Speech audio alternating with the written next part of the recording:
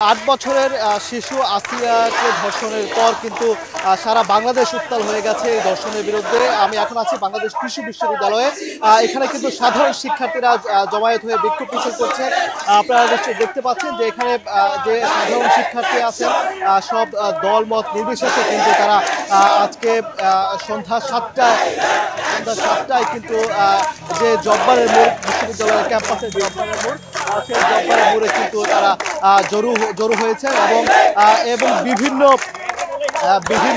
হল থেকে কিন্তু শিক্ষার্থীরা এসেছেন এবং শিক্ষার্থীদের স্লোগানে কিন্তু মুখর এখন এই মুহূর্তে কেয়ার মার্কেট। আমরা দেখতে পাচ্ছেন যে বাংলাদেশ কৃষি বিশ্ববিদ্যালয়ের শিক্ষার্থীরা কিন্তু তারা এই স্লোগানে উত্তাল করে তুলছেন। তাদের প্রত্যেকের কণ্ঠে কিন্তু তুমিকে আমিকে আসিয়া এই যে আসিয়ার কণ্ঠস্বর কিন্তু প্রত্যেক শিক্ষার্থী হয়ে উঠেছে। আমরা দেখেছি দেশের বিভিন্ন প্রান্তে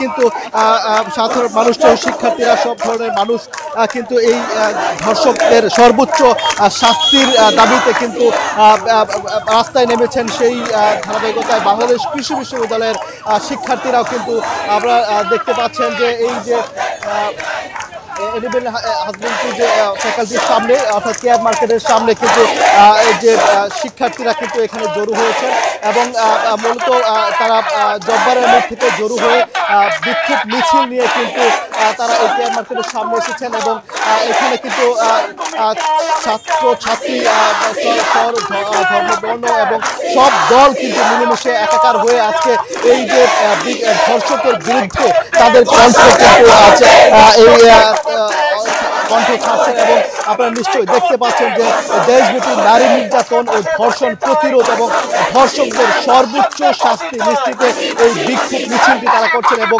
এই বিক্ষোভ মিছিল যে প্রতিবাদ সমাবেশ সেটি কিন্তু তারা কিন্তু করছেন। আপনারা নিশ্চয়ই দেখতে পাচ্ছেন এবং প্রত্যেক শিক্ষার্থীর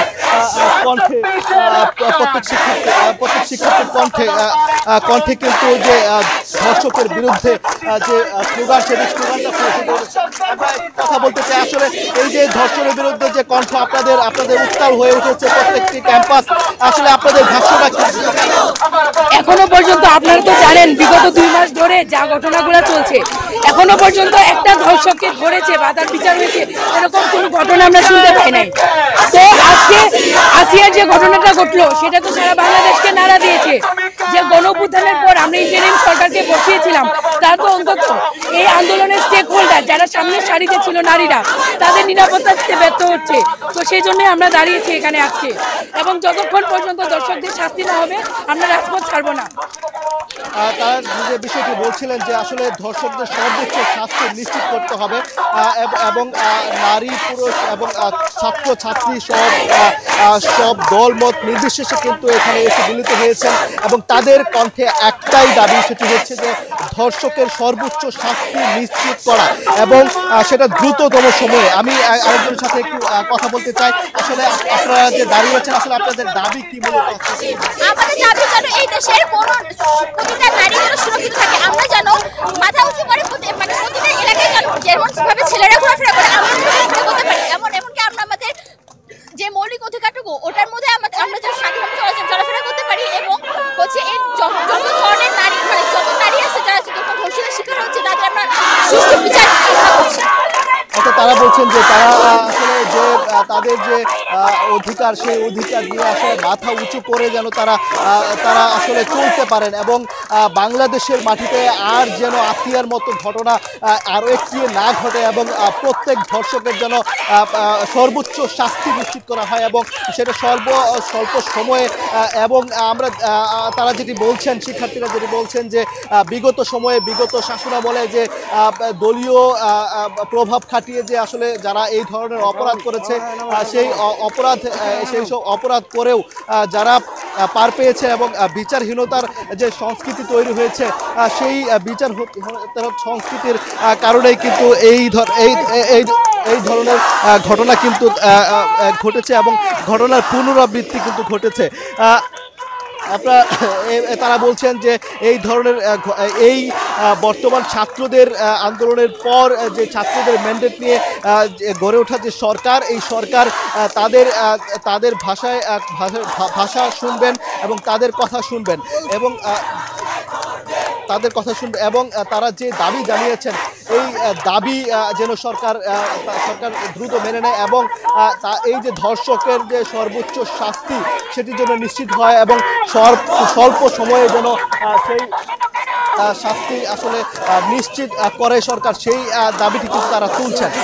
আপনারা নিশ্চয়ই দেখতে পাচ্ছেন যে বিভিন্ন হল থেকে কিন্তু ছাত্র এবং ছাত্রী তারা কিন্তু এখানে এসেছেন এবং তাদের যে ধর্ষকের বিচার দাবিতে কিন্তু তাদের যে কণ্ঠ সেটি কিন্তু ক্রমেই জোরালো হচ্ছে এবং আপনারা নিশ্চয়ই দেখতে পাচ্ছেন যে এখানে মূলত যে বিভিন্ন হল থেকে কিন্তু শিক্ষার্থীরা এখানে জড়ো হয়েছেন জব্বার মোড়ে, সেখান থেকে মিছিল নিয়ে এখানে এসেছেন এবং সব দলের সব মতের নেতাকর্মীরা কিন্তু এখানে এই বিক্ষোভ মিছিলে সামিল হয়েছেন। আমরা একটু কথা বলতে চাই, আসলে আপনারা আন্দোলন করছেন, বিক্ষোভ করছেন, আমরা যে স্বপ্ন নিয়ে আন্দোলন করেছিলাম, জুলাই আন্দোলন হয়েছিল, আমরা চেয়েছিলাম বাংলাদেশ একটি সুজলা সুফলা বাংলাদেশ হবে, কিন্তু এই সরকার সাধারণ শিক্ষার্থী এবং মানুষের নিরাপত্তা দিতে ব্যর্থ হচ্ছে। তারা একদম শিশু বাংলাদেশের কাছে এখন নিরাপদ নয়। আমার বলতে খুবই কষ্ট হচ্ছে, তারপরে কবিতার ভাষায় বলতে হয় আমরা প্রেমিক তৈরিতে ব্যর্থ হয়েছি, আমাদের শুধু গোয়াল ভরা ধর্ষক।